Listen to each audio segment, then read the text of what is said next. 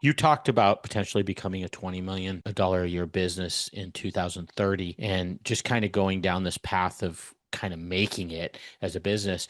How much have you laid out that plan? Like, I don't want to, you disclosed off the recording your size now. I don't want to disclose that unless you're comfortable, but how, like, are you like, hey, I want to be at 12 million this year, this, and I know how many trucks I'll need and how many technicians I'll need. Like, how granular is that, if at all? Yeah, we've run that extremely granular. So Really? we've run that down to the T of how many like, because it's all connected, right? Right. So we know how many calls we need at what percentage of close rate, which then turns into how many service calls are running and what percent of close rate on maintenance contracts and how many of those we need to sell as units and our average unit sale price and how many people can run that at what velocity based on the percentage of our revenue that's generated in which months. So like we've ran this entire model multiple times, and so far we've grown over 100% year over year, which wasn't difficult in the beginning because it was a Right. $800,000 business. So 7 to 1.5 is nothing crazy first year. 1.5 to 3 was a big step, and then 3 to 5 ish, a little over 5 this year. And so we will not hit the 100%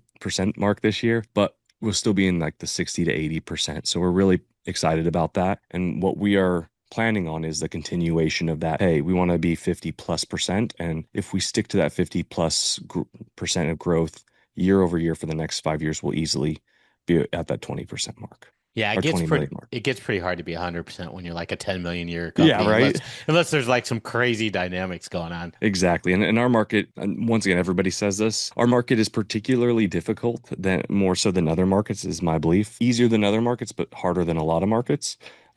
We just have a lot of $100 million companies that we have to compete up against who have amazing purchasing power and huge scale and big coffers. So it doesn't make it difficult as we get bigger to actually they start targeting us, right? It's no Wow. longer we're a small guy that Yeah. flies under the radar. They're like, oh, we're going to start bidding their name now on PPC, and we're going to start actually viewing them as competition. So we've started to see some of that with some of the medium-sized guys, and eventually we'll have to fight off the bigger teams here in the near future. You start to become a target. Yep.